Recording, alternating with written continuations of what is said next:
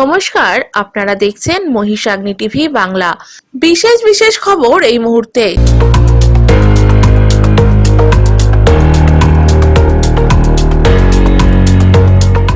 তারকেশ্বরে সম্প্রীতি ও সৌভ্রাতৃত্বের মেলবন্ধন ঘটালেন তারকেশ্বরের বিধায়ক তথা উন্নয়নের কাণ্ডারি রামেন্দু সিংহ রায়।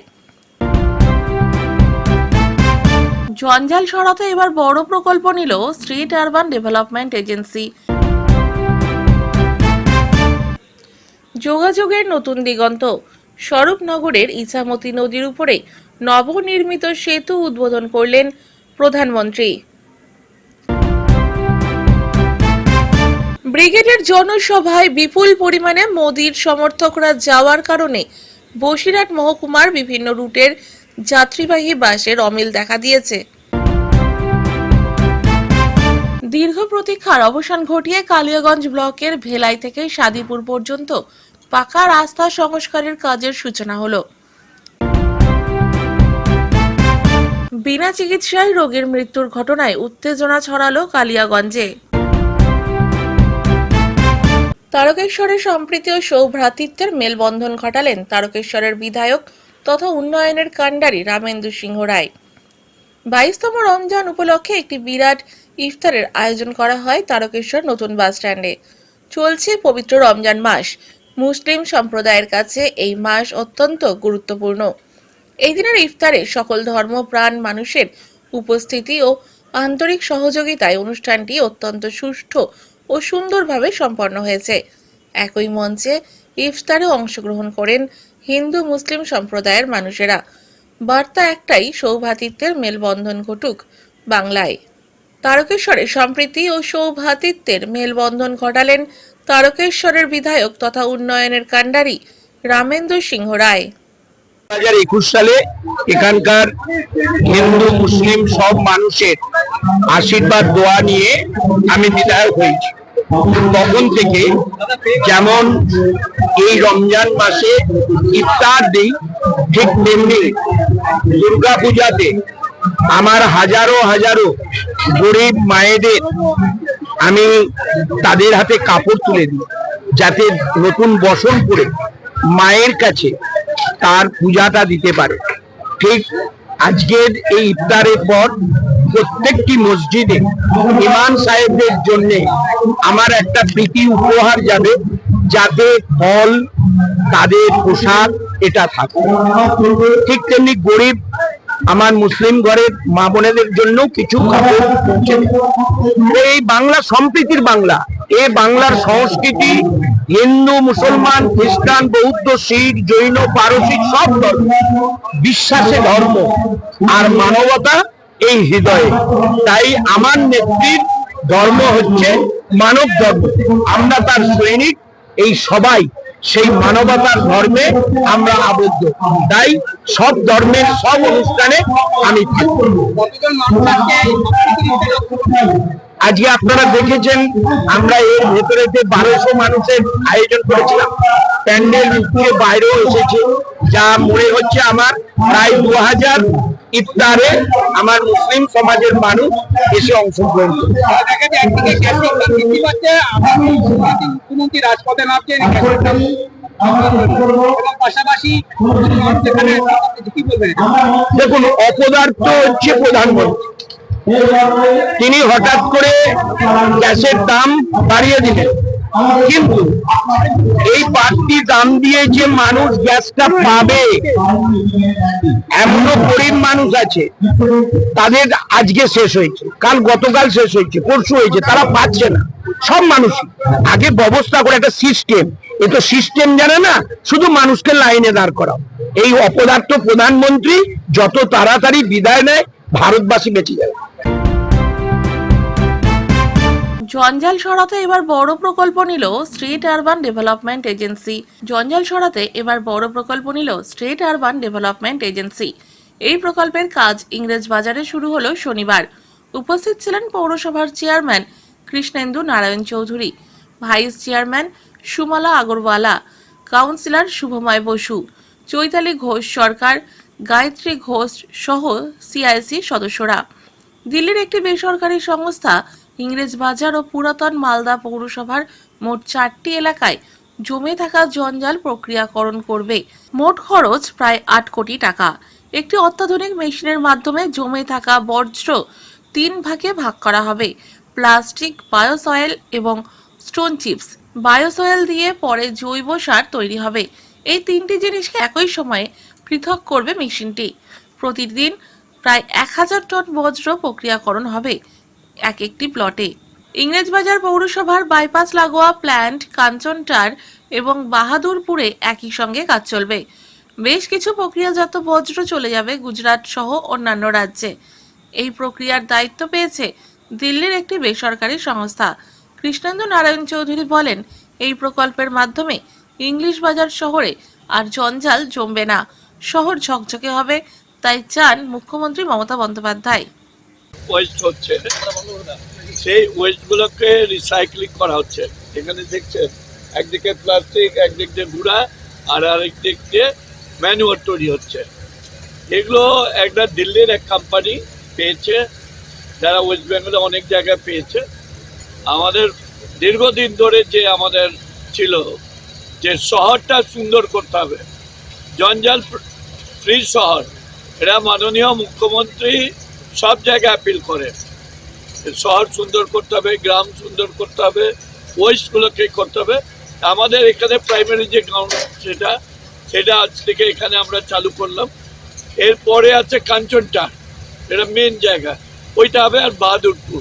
তাহলে আমরা গর্ব করে বলতে পারবো যে আমাদের শহরে নোংরা থাকবে না। আরেকটা হচ্ছে আমাদের যে ড্রেনের জলগুলো সরাসরি নদী বাইকা যাচ্ছে, ওইখানে আমরা ট্রিটমেন্ট প্রসেস বসিয়ে ওইটাও শুরু হয়ে গেছে। ওই জলটা এবার কমার্শিয়াল কাজে ইউজ হবে। কিন্তু জলা ভরাট করে তো অনেক কিছু হচ্ছে, সেগুলো তো হচ্ছে সমস্যা। জলা ভরাটের কোথায়? এখানে ইংরেজ বাজারে যেগুলো হচ্ছে সেগুলোও তো দেখার আছে। করে এটার জন্য গভর্নমেন্ট আছে, বিএলআরও আছে, আর আমাদের কাছে অভিযোগ করলে আমরা তার অ্যাকশন। মানে পুরোটাই সৌন্দর্যায়নের একটা নতুন সার্বিক উন্নয়নের যেটা মাননীয় মুখ্যমন্ত্রী দেখিয়েছেন, সেই উন্নয়নের পথে আমরা হাঁটছি। যোগাযোগের নতুন দিগন্ত। স্বরূপনগরের ইছামতি নদীর উপরে নবনির্মিত সেতু উদ্বোধন করলেন প্রধানমন্ত্রী। স্বাধীনতার পর থেকেই সীমান্ত এলাকার মানুষের যাতায়াতের সমস্যার অন্যতম বড় কারণ ছিল ইছামতি নদীর উপর স্থায়ী সেতু। অবশেষে সেই দীর্ঘ প্রতীক্ষার অবসান হয় উত্তর চব্বিশ পরগনার স্বরূপনগর ব্লকের বারোঘড়িয়া এলাকায়। ইছামতি নদীর উপর নির্মিত কংক্রিটের সেতুটি ব্রিগেডের মঞ্চ থেকে ভার্চুয়ালি উদ্বোধন করেন প্রধানমন্ত্রী নরেন্দ্র মোদী। বহু বছর ধরে স্থানীয় বাসিন্দাদের দাবি ছিল এই এলাকায় একটি পাকা সেতু নির্মাণের। অবশেষে সেই দাবিকে গুরুত্ব দিয়েই সেতু নির্মাণের উদ্যোগ নেন কেন্দ্রীয় জাহাজ প্রতিমন্ত্রী শান্তনু ঠাকুর। 2024 সালে প্রায় 16 কোটি টাকা বরাদ্দ করে শুরু হয় সেতু নির্মাণের কাজ। প্রায় 120 ফুট দীর্ঘ এই কংক্রিটের সেতুটি নির্মাণে গত 2 বছরে দ্রুত কাজ সম্পন্ন করা হয়েছে। দীর্ঘদিন ধরে নৌকা বা অস্থায়ী ব্যবস্থার উপর নির্ভর করে নদী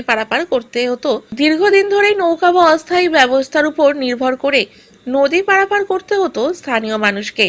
ফলে বর্ষাকাল বা দুর্যোগের সময় সমস্যায় পড়তে হতো সাধারণ মানুষ, কৃষক এবং ছাত্রছাত্রীদের। নতুন এই সেতু চালু হওয়ায় সীমান্ত এলাকার মানুষের দৈনন্দিন যাতায়াত অনেক সহজ হবে। ছোট ও মাঝারি যানবাহনও চলাচল নির্বিঘ্নভাবে হবে বলে মনে করছেন স্থানীয়রা। এছাড়াও হাসপাতাল, প্রশাসনিক দফতর সহ বিভিন্ন জরুরি পরিষেবায় দ্রুত পৌঁছানো সম্ভব হবে। ফলে সীমান্তবর্তী এলাকার যোগাযোগ ব্যবস্থায় একটি নতুন দিগন্ত খুলবে বলে আশা করা হচ্ছে। এই সেতু উদ্বোধন হওয়ার পর খুশির হাওয়া সীমান্তবর্তী এলাকায়। আমাদের আগে সমস্যা, যাতায়াতের জন্য খুবই সমস্যা হতো, আর এখন এত উপকারিত হয়েছে যে খুবই খুবই উপকার হয়েছে আমাদের।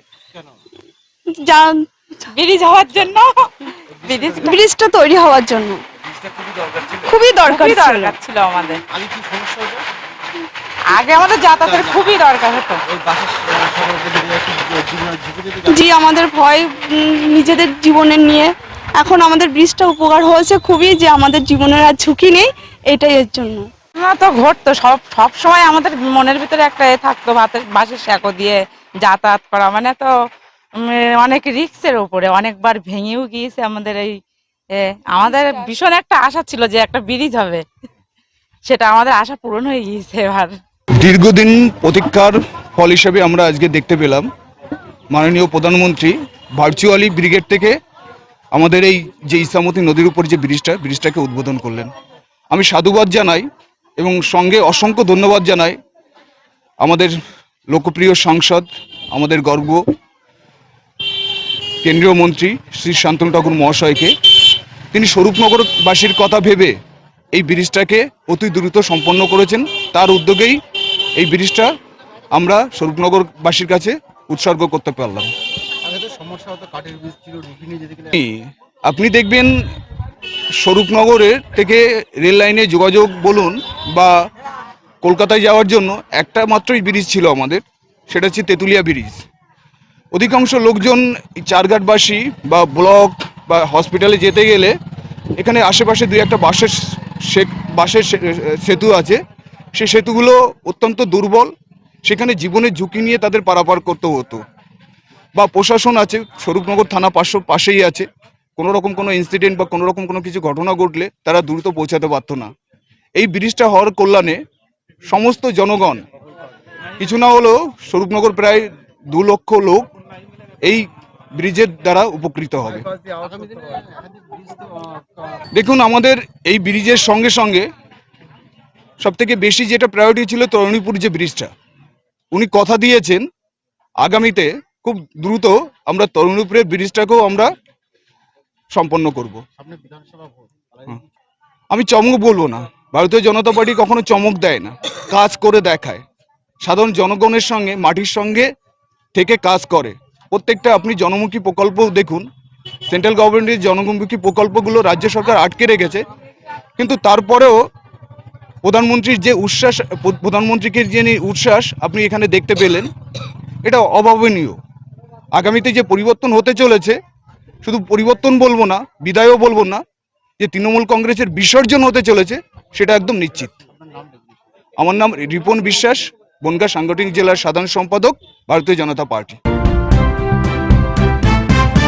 ব্রিগেডের জনসভায় বিপুল পরিমাণে মোদির সমর্থকরা যাওয়ার কারণে বসিরহাট মহকুমার বিভিন্ন রুটের যাত্রীবাহী বাসের অমিল দেখা দিয়েছে। আজ ব্রিগেডের জনসভা, সেই লক্ষ্য রেখে সাধারণ মানুষ হেনস্থার সম্মুখীন হতে হচ্ছে। সুন্দরবনের প্রান্তিক এলাকার মানুষ লেবুখালী বাস স্ট্যান্ডে এসে বাসের দেখা না পেয়ে বেজায় সমস্যায় পড়েছেন। সবার আগেই চরম বিপদে সাধারণ মানুষ। একদিকে যেমন লেবুখালী টু বসিরহাট স্ট্যান্ডের যাত্রীবাহী বাস অমিল, অন্যদিকে নৌপথে বিপুল পরিমাণে মোদির সমর্থকরা যাওয়ার কারণে নৌকার সমস্যা দেখা দিয়েছে। যারা দূর দূরান্ত যাবে, যে ভাড়া 20 টাকা ছিল সেই ভাড়া 40 টাকা দিতে হচ্ছে, কারণ বিভিন্ন রুট থেকে বড় গাড়ি তুলে নেওয়া হয়েছে, যার কারণে ছোট ছোট গাড়িগুলো লাগামহীন ভাড়া নিতে বাধ্য হচ্ছে, যার জন্য সমস্যার সম্মুখীন হতে হচ্ছে সাধারণ মানুষের। যাত্রীদের দাবি, জনসভায় যাওয়ার জন্য রুটের বাস তুলে নেওয়া হয়েছে, যার কারণে সমস্যায় পড়তে হচ্ছে স্কুল কলেজের ছাত্রছাত্রী থেকে শুরু করে। যাবো ডাক্তারের কাছে। এখানে কি বাস নেই? বাস নেই দেখছি তো। কেন বসিরহাটে কিসের জন্য যাবেন? ডাক্তারের কাছে যাবো। এসে কি দেখলেন এখানে? বাস নেই দেখছি, আর কি করবো, কিভাবে বলবো। মানুষই তো অসুবিধা হচ্ছে, কি বলবেন? আমরা সুন্দরবন লেবুখালী বাস স্ট্যান্ড দাঁড়িয়ে আছি। এই স্ট্যান্ড থেকে সমূহ বাসগুলো তুলে নিয়েছে মাননীয় প্রধানমন্ত্রী, উনি আসছেন সেই সুবাদে, কিন্তু আমরা জানি না এখানে কেন কোনো ব্যবস্থা করা হয়নি। আমরা দাবি করব মাননীয় প্রধানমন্ত্রীর কাছে, আমরা দাবি করব মাননীয় মুখ্যমন্ত্রীর কাছে, যে আজকের আমরা যে কারণেই হোক, আমরা পরিষেবাটাকে ঠিক না রেখে কেন সমূহ বাসগুলোকে তুলে নেওয়া হয়েছে। সাধারণ যাত্রীরা যেতে পারছে না হসপিটালে, বহু মায়েরা নির্দিষ্ট জায়গায় বসে রয়েছে, তারা পৌঁছতে পারছে না বিভিন্ন রকম চাকরির সুবাদে, বিভিন্ন রকম কর্মক্ষেত্রে। আমি চাইবো এটা যাতে সুন্দরভাবে পরিষেবাটা আগামী দিনের জন্য রেখে সমস্ত ব্যবস্থা করা হোক। নমস্কার, আমি শ্রী স্বপন কুমার পাত্র। আমার বসিরহাট যাবো। কেন? ডাক্তারের কাছে যাবো। এসে কি দেখলেন এখানে? আজকে কোনো গাড়ি নেই, বাস নেই। কেন, কোথায় গেছে বাস? সব বাস মনে হচ্ছে কোথাও মিটিং আছে বলে মনে হচ্ছে, সেই অনুযায়ী চলে গেছে। বিজেপির মিটিং এ গেছে, কিন্তু আপনারা তো অসুবিধা হবে। কোন মিটিং এ গেছে তারা বলতে পারবে? কি মিটিং তো ঠিক বুঝতে পারছি না, ওই বিজেপিরই মিটিং মনে হচ্ছে। সেই জন্য কি আপনার তো অসুবিধা হবে। বসিরহাট থেকে মৌসুমী দাসের রিপোর্ট, মহিষাগ্নি টিভি বাংলা। দীর্ঘ প্রতীক্ষার অবসান ঘটিয়ে কালিয়াগঞ্জ ব্লকের ভেলাই থেকে সাদিপুর পর্যন্ত পাকা রাস্তা সংস্কারের কাজের সূচনা হলো।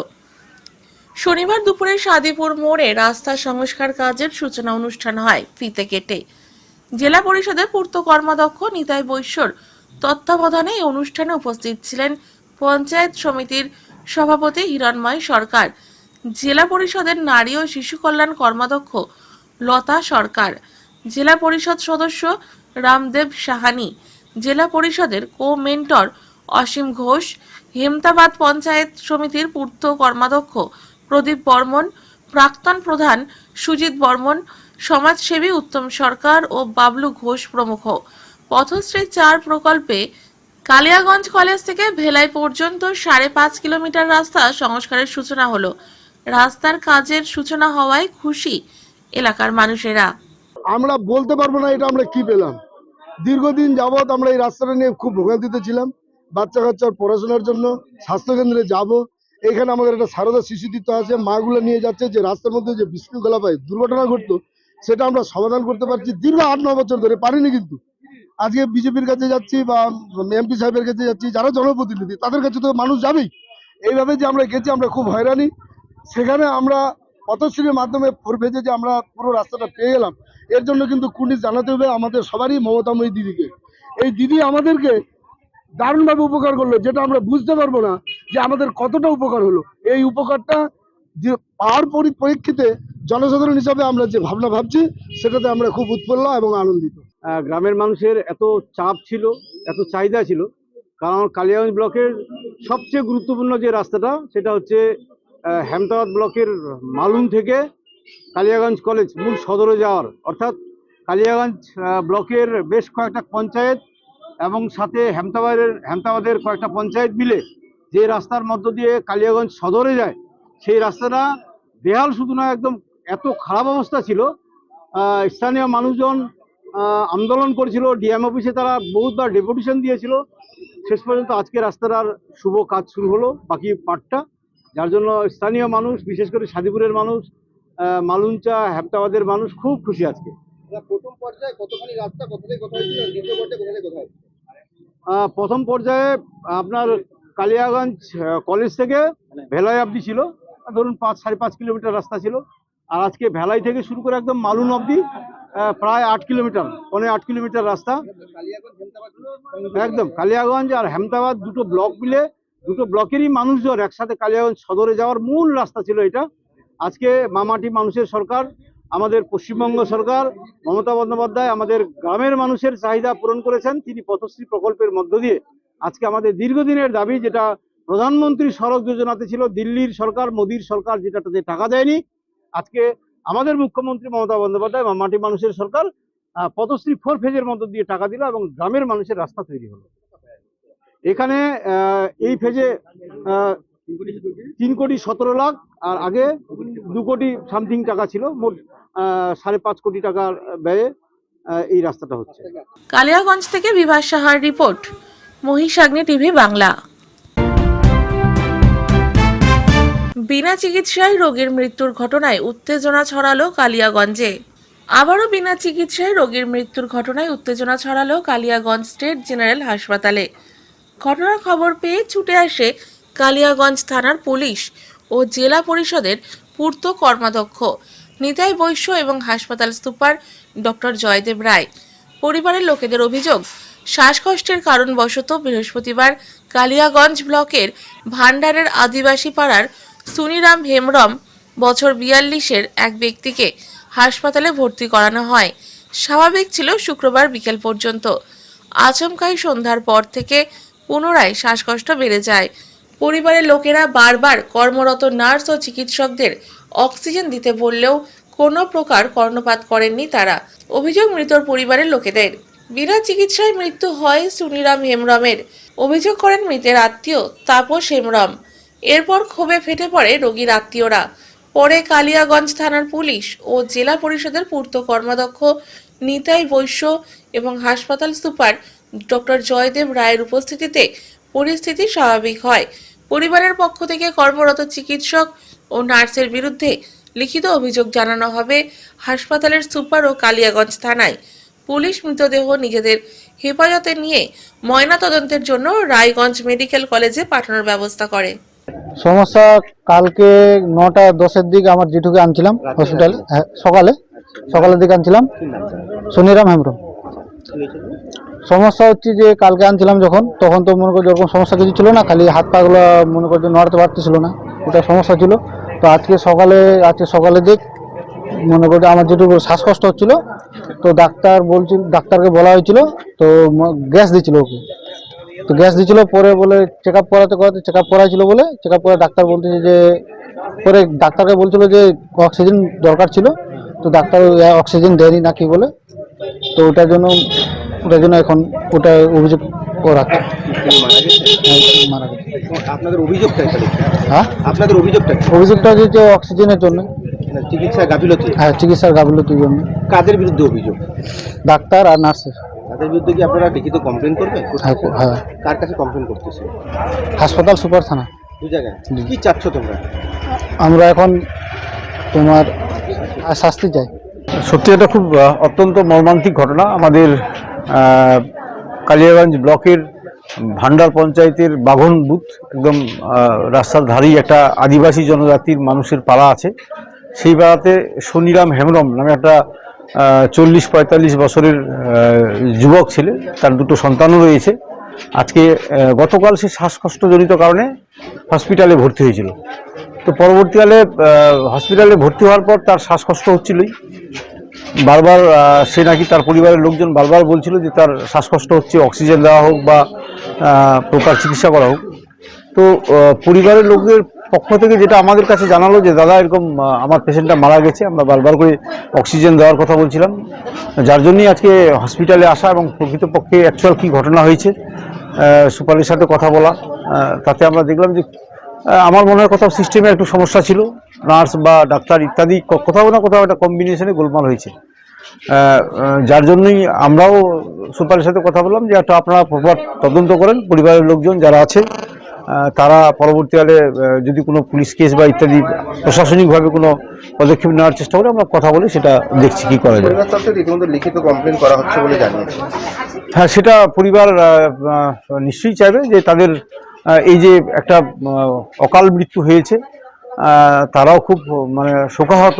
তাদের আদিবাসী জনজাতির সমস্ত লোকজন আছে, মেম্বার আছে আমার আদিবাসীর ওখানকার, আজকে তাদের সাথে আমরাও এসেছি। সত্যি অত্যন্ত দুর্ভাগ্যজনক যে ডাক্তার বা নার্স যারা আছে, সরকার সব রকম ব্যবস্থা রেখেছে, অক্সিজেন থেকে শুরু করে আজকে এসে আমরা দেখলাম যে 40-45টা অক্সিজেন সিলিন্ডার রয়েছে, অথচ যে কর্মরত বর্তমানের ডাক্তার আছে সে নাকি বলছে যে অক্সিজেন কি আছে আমার জানা নেই। ও অদ্ভুত ধরনের কথাবার্তা, মানে কোথাও না কোথাও মনে হচ্ছে যে ডাক্তাররা খামখেয়ালিপনার একটা কোথাও জায়গা তৈরি করছে। সুপার বলছে যে না আমার কাছে 40টা অক্সিজেন সিলিন্ডার অ্যাভেলেবেল আছে, অথচ বর্তমান যে দায়িত্বে আছে সে নাকি যদিও বলছে সে আমি 8টার পরে এসেছি, কিন্তু আমরা মনে করি যে ডাক্তারই যখনই আসবে তার হাতে কতগুলো অক্সিজেন সিলিন্ডার আছে, কোন পেশেন্টের কী পরিস্থিতি আছে সেটা নর্মালি তার অবগত হওয়ার কথা। কিন্তু এই ধরনের কথার মধ্যে সিস্টেমই গোলমাল হবে কেন? এবং পরিবারের যে অভিযোগ যে অক্সিজেনের অভাবে আমার পেশেন্ট মারা গেল এবং সুপার বলছে যে আমাদের অ্যাভেলেবেল অক্সিজেন আছে, তাহলে এই ক্ষেত্রেই আমাদের মনে হচ্ছে কোথাও না কোথাও এদের পরিষেবা দেওয়ার ক্ষেত্রে বড় একটা গোলমাল রয়েছে। আমরা সুপারের সাথে কথা বললাম যে একটা ঘটনা ঘটে গেছে, দ্বিতীয়বার যাতে এরকম কোনো রকম মৃত্যু, সব মানুষের একদিন না একদিন হবে, কিন্তু অকাল মৃত্যু আমরা কখনো কামনা করি না। আপনারা চিকিৎসা দেওয়ার জন্য আসছেন, সরকার আপনাদের সমস্ত রকম ব্যবস্থা রেখেছে হসপিটালে চিকিৎসা দেওয়ার জন্য, অথচ আপনাদের গাফিলতিতে যদি কারো মৃত্যু হয় এটা আমরা কখনো মেনে নিব না। একদম, আমরা পরিবারের পক্ষ থেকে আমি দেখলাম যে ওরা একটা লিখিত অভিযোগ জানাচ্ছে, সেটার প্রপার তদন্ত হোক, সুপার কি ব্যবস্থা নিচ্ছে, যারা অভিযুক্ত তাদের বিরুদ্ধে সেটা আমরা পরবর্তীকালে দেখব। এবং আমাদের যারা প্রশাসনিকভাবে ঊর্ধ্বতন কর্তৃপক্ষ রয়েছে, সিএমএ সাহেবকে আমি নিজে ফোন করে জানিয়েছি, বাকি আমার যারা ঊর্ধ্বতন কর্তৃপক্ষ রয়েছে প্রশাসনিকভাবে তাদের সাথে আমি আলোচনা করব। কালিয়াগঞ্জ থেকে বিভাস সাহার রিপোর্ট, মহিষাগ্নি টিভি বাংলা। সারা সপ্তাহের খবরের জন্য সংগ্রহ করুন বাংলা সাপ্তাহিক মহিষাগ্নি পত্রিকা। ই-পেপার বা ওয়েবসাইটের জন্য লগ ইন করুন www.mohisagnipotrika.com। এছাড়াও ইউটিউব এবং ফেসবুক থেকে চ্যানেলটি দেখলে অবশ্যই সাবস্ক্রাইব করে সঙ্গে থাকুন।